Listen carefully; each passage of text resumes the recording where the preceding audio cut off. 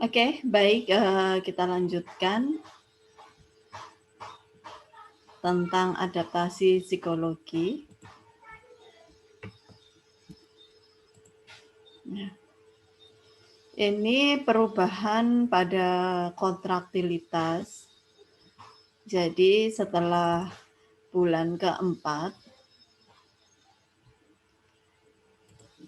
Ibu akan merasakan adanya Braxton Hicks. Jadi ada His palsu begitu ya. Tapi bersifat dia itu tidak reguler begitu, tidak reguler, sehingga di sini ini namanya His palsu. Jadi kadang dia tidak merasakan nyeri, kadang nyeri. Nah, setelah 28 minggu, kontraksi ini akan lebih pasti. Namun ada peningkatan intensitas dan frekuensi atau dilatasi serviks. Selanjutnya perubahan serviks, di mana perubahan serviks ini akan melunak yang disebut tanda Goodell, yang dilihat dari sekitar awal minggu ke-6 sampai dengan serviks normal tanpa jaringan parut. Kemudian perubahan karena adanya fetus. Jadi pada abdomen pada saat dipalpasi akan teraba balot temen gitu ya. Palpasi dengan Leopold itu teraba adanya balot temen. Kemudian ada quickening. Quickening itu adanya gerakan cepat. Jadi karena jelas pada minggu ke-16 sampai dengan minggu ke-18 si janin itu sudah tumbuh besar, maka gerakan janinnya akan lebih teraba ya, di quickening. Kemudian pada genitalia eksterna, pada vulva karena tadi yang perubahan hormon estrogen dan progesteron, maka dia akan meningkatkan produksi mukosa vagina. Maka dari itu pada ibu hamil biasanya akan mengalami keputihan karena memang jelas di sini bahwa si ibu dengan kehamilan dia akan meningkatkan mukosa dari vagina. Jadi dia merasa tidak nyaman karena banyak keputihan. Maka dari itu lebih banyak kita sarankan untuk ibu sering mengganti celana dalam. Kemudian meningkatkan vaskularisasi, menghasilkan warna violet kebiruan dari mukosa yang vagina dan serviks pada minggu ke-8. Kemudian ini ya keputihan tadi yang saya jelaskan. Oke, selanjutnya pada genitalia interna. Pembuluh darah alat genitalia interna akan membesar. Hal ini karena oksigenasi dan nutrisi pada alat genitalia interna ini meningkat. Pada vagina juga dia akan ada tanda Chadwick. Ya, jadi kekenyalan vaginanya bertambah, seperti keregangan vagina bertambah buat persiapan persalinan. Selanjutnya perubahan payudara. Perubahan payudara dia akan merasa lebih penuh, padat, sensitif, geli, berat begitu ya. Kemudian areola hiperpigmentasi, tadi yang sebelumnya Bu Happy jelaskan bahwa karena ada hormon estrogen dan progesteron yang meningkat sehingga semua dalam tubuh dari si ibu begitu ya akan mengalami hiperpigmentasi, termasuk dari areola. Areola juga mengalami hiperpigmentasi. Dia akan lebih berminyak, lebih menghitam dan tampak lebih kotor karena dia menghasilkan minyak yang lebih. Kemudian di minggu ke-20 ke-16 gitu, awal 16 itu akan ada kolostrum yang keluar. Tetapi ini tidak semua ibu hamil juga mengalami kolostrum yang keluar. Ada beberapa ibu yang kolostrum belum keluar. Nah, apakah ini dikatakan ASI jelas akan keluar pada saat bersalin? Belum tentu gitu ya. Jadi pada hari setelah melahirkan tetap ada simulasi atau massase payudara dan pijat oksitosin untuk meningkatkan dari produksi ASINya tadi gitu. Jadi dari 16 minggu. Tapi ini nggak usah khawatir begitu ya, pada ibu hamil ke 16 minggu kok ada yang tidak keluar, nggak usah khawatir. Karena tidak semuanya memang dia keluar gitu kolostrumnya. Ya, ini kolostrum itu cairan putih kekuningan, oranye seperti krim yang keluar sebelum susu. Bisa keluar dari puting pada awal minggu ke-16, begitu ya. Jadi tampak ada kolostrum.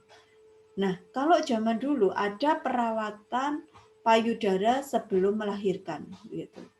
Mungkin karena kalian zaman sekarang nggak ada ya.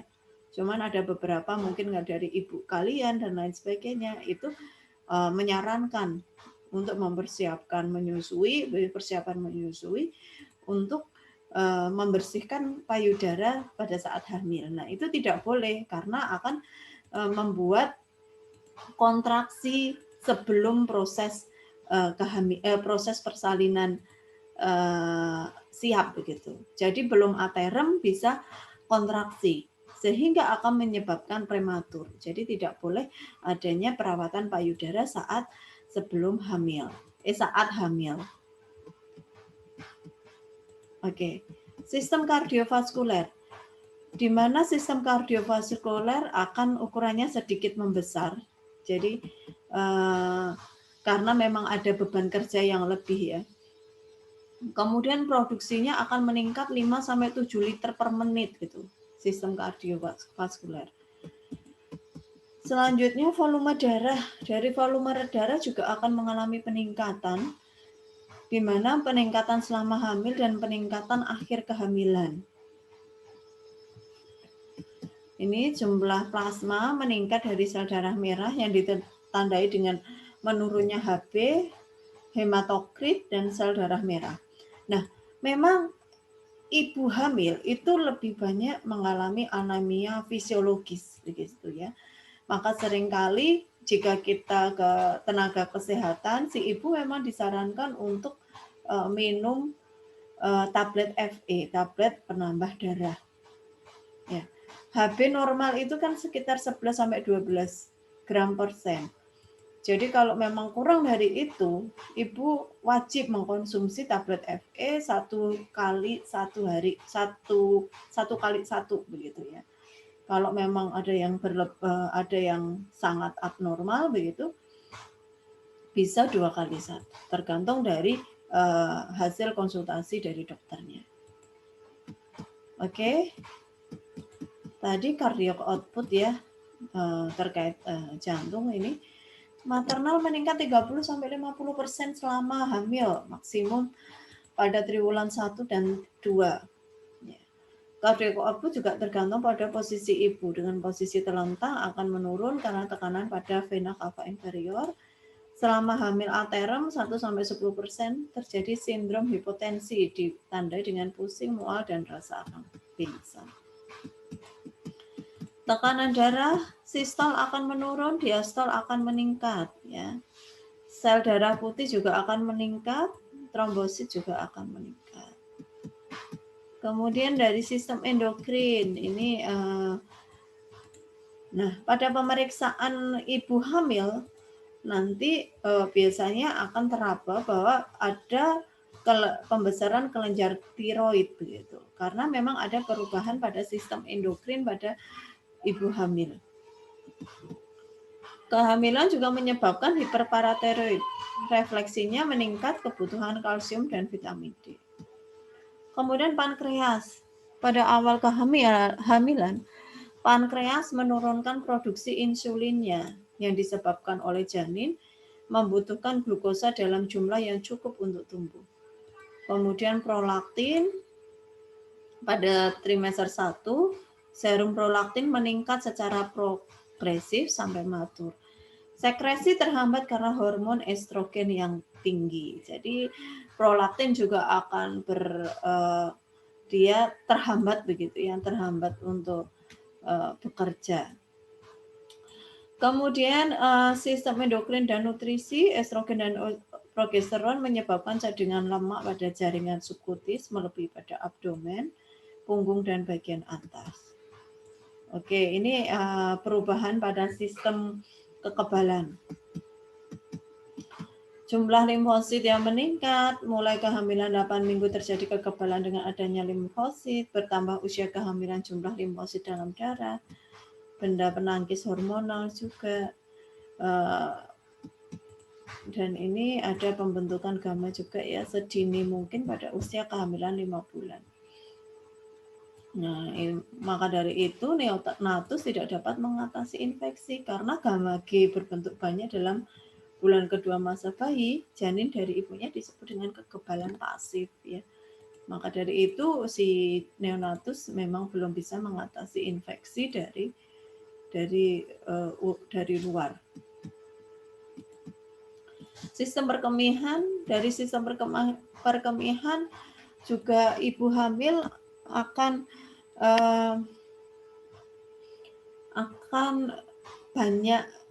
banyak kencing gitu, banyak BAK karena ada suatu tekanan ya, yaitu tekanan dari janin tadi. Ini ureter, kandung kemih. Kemudian sistem pencernaan yang sudah dijelaskan tadi, adanya morning sickness, di mana si ibu akan terjadi merasakan mual muntah ya pada trimester pertama. Biasanya akan hilang di pertengahan trimester kedua untuk morning sickness-nya. Nah, ini memang bisa kita sarankan kepada ibu hamil untuk ibu hamil tidak diperkenankan, tidak diperbolehkan lapar begitu ya, tidak bolehkan lapar atau hipoglikem. Karena semakin dia lapar, dia akan mual muntah.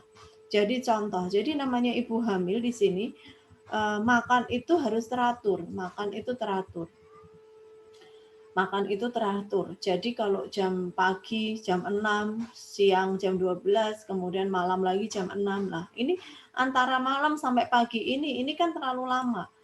Jadi jangan sebisa mungkin ibu hamil itu setelah bangun tidur, dia harus mengkonsumsi mungkin camilan berat ya, mungkin biskuit, roti begitu. Menghindari adanya mual muntah. Ini efektif, ini sudah banyak yang menerapkan terkait ini sehingga si ibu hamil itu morning sickness-nya itu berkurang. Ya. Itu hal-hal yang mungkin bisa dijelaskan kepada ibu hamil.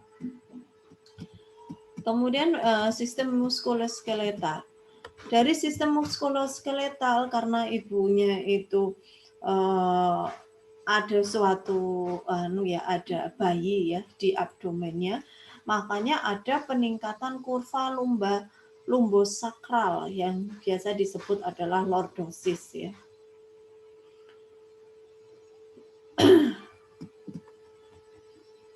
Kemudian dalam muskuloskeletal juga ada otot dinding rahim abdomen yang meregang atau yang dikenal dengan DRA, diastasis recti abdominalis, di mana di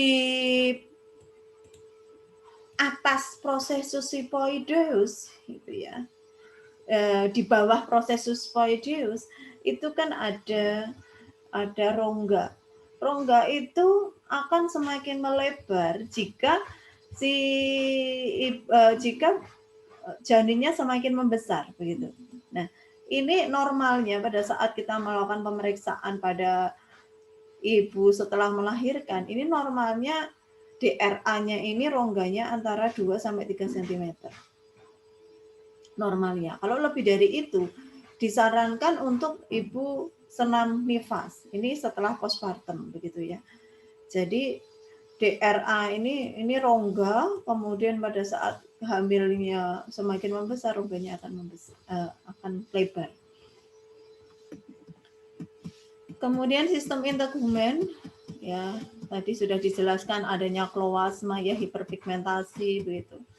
Ini ada linea nigra, stretch marks. Ya, ini ada ya beberapa hal. Nah, ini yang tadi disebutkan Bu Happy, yaitu linea nigra atau striae gravidarum. Ini adalah linea nigra. Ini linea nigra. Garis bawah ini disebut linea nigra. Linea nigra ini semua wanita itu punya. Pada saat dia hamil, dia akan menghitam karena tadi yang sudah dijelaskan, estrogen dan progesteron meningkat sehingga menyebabkan hiperpigmentasi pada ibu hamil. Kemudian ini yang disebut stretch marks ya. Ada guratan-guratan putih. Nah, ini seringkali kalau di iklan itu kan gunakan salep ini gitu ya untuk menghilangkan stretch marks. Stretch marks itu tidak bisa dihilangkan gitu ya. Tetapi mungkin dengan salep tersebut bisa bisa digunakan untuk melembabkan kulit sehingga tidak terlalu gatal. Karena stretch mark ini menyebabkan gatal pada kulit ibu sehingga menyebabkan guratan-guratan itu jadi lebih parah dengan adanya luka karena garukan dari si ibu. Kemudian perubahan psikologis pada kehamilan. Pada trimester pertama periode adaptasi, trimester kedua periode kesehatan, dan trimester ketiga ada periode penunggu begitu. Ya, ini beberapa trimester pertama merasa tidak sehat, selalu memberikan setiap perubahan terjadi pada tubuhnya, mencari tanda-tanda untuk lebih meyakinkan gitu. Mengalami gairah seks yang lebih tinggi tapi libido turun, khawatir kehilangan bentuk tubuh. Jadi psikologisnya ibu itu khawatir bagaimana nanti kalau tubuhnya menjadi tidak bagus lagi dan lain sebagainya begitu ya. Karena memang kalau bahasa dari dokter spesialis obgyn gitu ya. Saya itu punya pasien itu pada jelek-jelek semua begitu ya. Karena pada ibu hamil itu jarang yang cantik begitu. Nah, ya katanya begitu. Enak itu dokter spesialis anak itu ketemu pasiennya yang cantik-cantik. Karena ibu habis melahirkan kan udah mulai kembali lagi cantik gitu ya. Kalau ibu hamil memang ya tadi ada hiperpigmentasi dan lain sebagainya. Kemudian emosional, suasana hati yang tidak nyaman begitu ya. Nah, di sini mengalami gairah seks yang lebih tinggi lah. Ini banyak pertanyaan. Apakah pada ibu hamil itu boleh melakukan hubungan seksual? Boleh begitu ya. Dengan kondisi yang memang baik dan memang dilihat kondisinya begitu. Maksudnya bagaimana ya? Tentang dilihat dari kondisi dari si ibunya begitu dan janinnya yang jelas. Kalau memang nggak masalah sih nggak masalah. Tapi biasanya di sini memang tidak masalah untuk melakukan hubungan seksual. Kemudian trimester 2 ini sama ya, ibu sudah mulai merasa sehat karena kan sudah tidak ada morning sickness. Trimester kedua ibu sudah mulai merasakan gerakan bayi begitu. Perut ibu mulai membesar dan ini libido dan gairah seks tetap meningkat. Trimester ketiga ibu tidak sabar menunggu kelahiran bayinya. Ibu khawatir akan lahir sewaktu-waktu. Semakin ingin menyudahi kehamilan ya karena udah lelah, capek ini ya di trimester ketiga. Ya. Bagaimana pengaruh perubahan psikologi pada janin yang dikandung? Masalah psikologis ibu berpengaruh pada kondisi janin yang dikandungnya. Trauma, stres ini berkepanjangan menyebabkan anak hiperaktif. Jadi paham di sini bahwa ibu hamil itu memang harus happy begitu, harus happy, tidak boleh adanya stres, kemudian sampai trauma berkepanjangan. Ini memang banyak akan menyebabkan anak hiperaktif, ADHD begitu. Ya. Selain itu akan memicu kelahiran prematur dan tidak berkembangnya janin. Ya. Oke.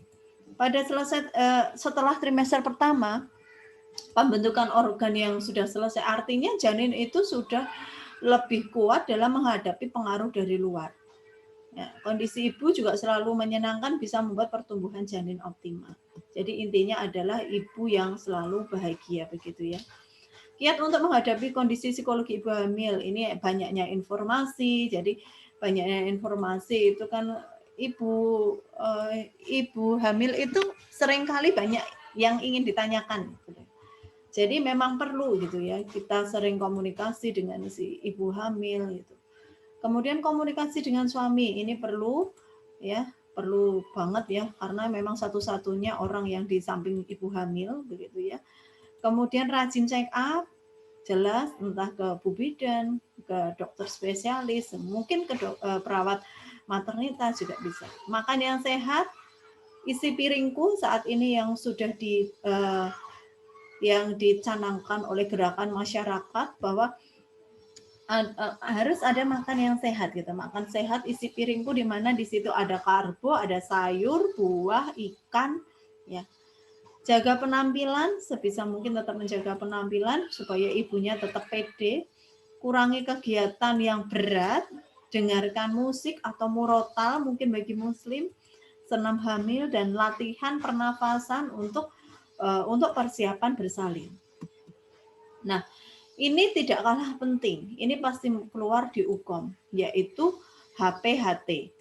Haid pertama, haid terakhir untuk mengetahui HPL, hari perkiraan lahir atau perkiraan tanggal lahir. Rumusnya adalah tanggal HPHT tambah 7, bulan HPHT kurang 3, tahun HPHT ditambah 1. Ya, jadi rumus Nigel ini didasarkan pada siklus menstruasi wanita 28 hari dan kehamilan terjadi pada hari ke-14. Biasanya wanita melahirkan 7 hari sebelum HPL atau 7 hari setelah HPL. Nah, ini tanggal perkiraan partus atau TPP. Nah, ini soalnya. HPHT Ibu Sandra pada tanggal 20 Agustus 2017. Tanggal berapa HPL Ibu Sandra begitu ya? Ini berarti 20 bulan 8 2017. Ya. Jawabannya adalah 27 Mei 2018 ya. Tanggal 20 ditambah 7 27. 8 dikurang 3 jadi 5. Ya. 17 tambah 1 berarti 2018 kan gitu. Berarti 27 Mei 2018. Soal yang kedua, HPHT Ibu Dewi pada tanggal 5 Februari 2017. Tanggal HPL-nya berapa? 5 Februari 2017. Kita bisa lihat di sini jika bulan ya, jawabannya adalah ya kita kembali lagi ke sini. 5 Februari 2017. Jika rumusnya plus 7, min 3, plus 1, susah kan ya? Nggak bisa gitu kan. Masa dia akan lahir di tanggal 13 kurangi 3 Februari, katakanlah November 2018. Masa dia akan hamil selama 1 tahun lebih? Tidak kan? Salah kan di situ? Salah kan di situ? Ya. Nih. Jadi di bulan Januari, Februari, dan Maret, rumusnya itu berbeda. Rumusnya adalah plus 7 plus 9. Tahunnya itu tetap, tidak ada penambahan. Jadi kalau soalnya tadi adalah tanggal berapa tadi? 5 Februari 2017, berarti 5 ditambah 7, berarti 12. Kemudian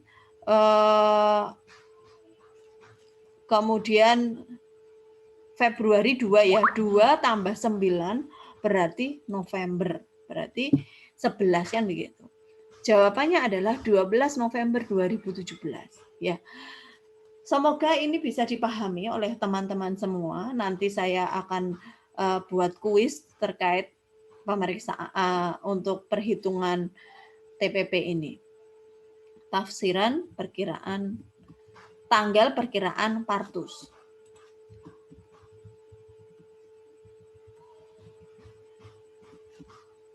Nah, teman-teman juga ini ada kehamilan berisiko. Saya tidak bisa menjelaskan satu persatu karena di sini banyak ya kehamilan berisiko ya, terkait tentang diabetes mellitus, ini kelainan metabolik, ada DM, ada kelainan kongenital, ada anemia begitu ya. Banyak banget ini. Ya, ada penyakit paru, ada asma, kelainan kulit. Ya, ini beberapa penyakit kondisi yang berisiko pada ibu hamil. Jadi mahasiswa mohon untuk bisa belajar sendiri. Hipertensi kehamilan pun ada banyak nih. Ada hipertensi gestasional, ada preeklamsi, eklamsi, hipertensi kronis begitu. Hiperemesis gravidarum ya, hiperemesis gravidarum itu bukan morning sickness, jadi dia adanya mual muntah, tetapi biasanya lebih gitu ya dari 4 minggu dan berlebih. Kalau morning sickness biasanya terjadi pada pagi hari aja, tapi ini kalau hiperemesis gravidarum itu tidak melihat pagi, siang ataupun sore. Kemudian perdarahan usia kehamilan muda, ada keguguran, kehamilan ektopik, mulai hidatidosa gitu ya. Ada perdarahan akhir kehamilan, plasenta previa, abrosio plasenta, infeksi kehamilan, ada IMS, infeksi menular seksual, infeksi TORCH, dan infeksi saluran kemih. Oke, terima kasih teman-teman. Semoga bermanfaat. Nanti jika ada yang mungkin perlu didiskusikan, bisa di forum diskusi. Dan jangan lupa untuk mengisi kuis. Dan jangan lupa tetap menjaga kesehatan dan protokol pencegahan COVID-19. Assalamualaikum warahmatullahi wabarakatuh.